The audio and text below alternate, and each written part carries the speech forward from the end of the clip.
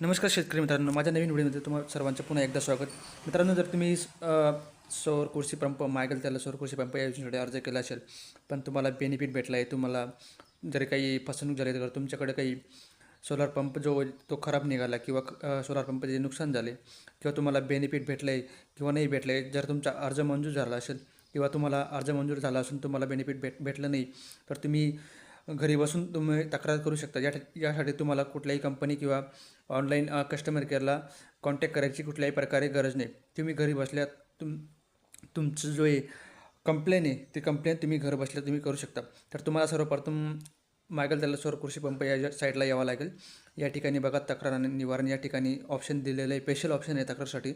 या ठिकाणी तुम्ही लाभार्थी ID वापरून तक्रार नोंदवू शकता. त्यानंतर मोबाईल क्रमांक वापरून तक्रार नोंदवू शकता. त्यानंतर तुम्ही तुमचा रजिस्ट्रेशन जो नंबर आहे तो वापरून तुम्ही तक्रार नोंदवू शकता. तर या ठिकाणी भरपूर ऑप्शन दिलेले आहेत, तर तुम्हाला जो आवडेल, कारण की मी तर बेस्ट सांगतो की तुम्ही तुमचा मोबाईल नंबर वापरून तुम्ही तक्रार नोंदवू शकता. कारण की आपला ID जो आहे तो प्रत्येकाला कुठंही माहीत नसतो. त्यावेळेस काय होतं, मेसेज येतो आपल्याकडनं डिलीट होतो. तर जो बेस्ट ऑप्शन आहे मोबाईल नंबर या ठिकाणी टाकायचा आहे. या ठिकाणी मोबाईल नंबर टाकून सर्च या ऑप्शनला क्लिक करायचे आहे.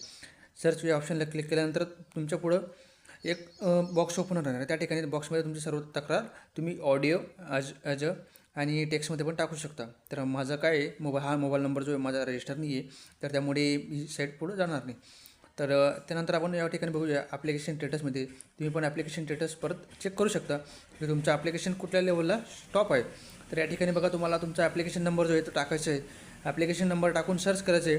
सर्च केल्यानंतर तुम्हाला पुढे एक विंडो दिसेल. त्या विंडोमध्ये तुम्हाला कळेल की तुमचं ॲप्लिकेशन सबमिट झालं आहे किंवा ॲप्रूव्ह झालं आहे किंवा कोणत्या लेवलला ते पेंडिंग आहे. तर यानंतर तुम्ही कंप्लेंट बॉक्समध्ये यायचे आणि त्या ठिकाणी तुम्ही कंप्लेंट करायची की तुमचं अर्ज मंजूर झाला नाही की. आणि पुन्हा बघा मेन साईडला आल्यानंतर आपल्याला बघा अप्लाय अर्ज, या ठिकाणी बघा आपण पुन्हा अर्ज देखील या ठिकाणी करू शकतो.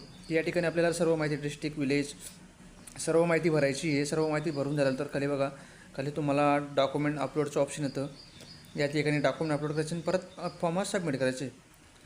तर अशा प्रकारे तुम्ही तक्रार नोंदवू शकता आणि तुमच्या अर्जाची दखल घेऊ शकता.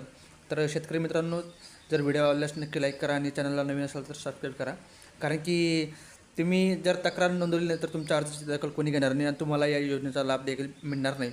तर त्यामुळे लवकर साईडला जा आणि साईडवरती आल्यानंतर तुमचा स्टेटस चेक करा आणि तक्रार करा की तुमचा काय प्रॉब्लेम आहे तो. धन्यवाद मित्रांनो.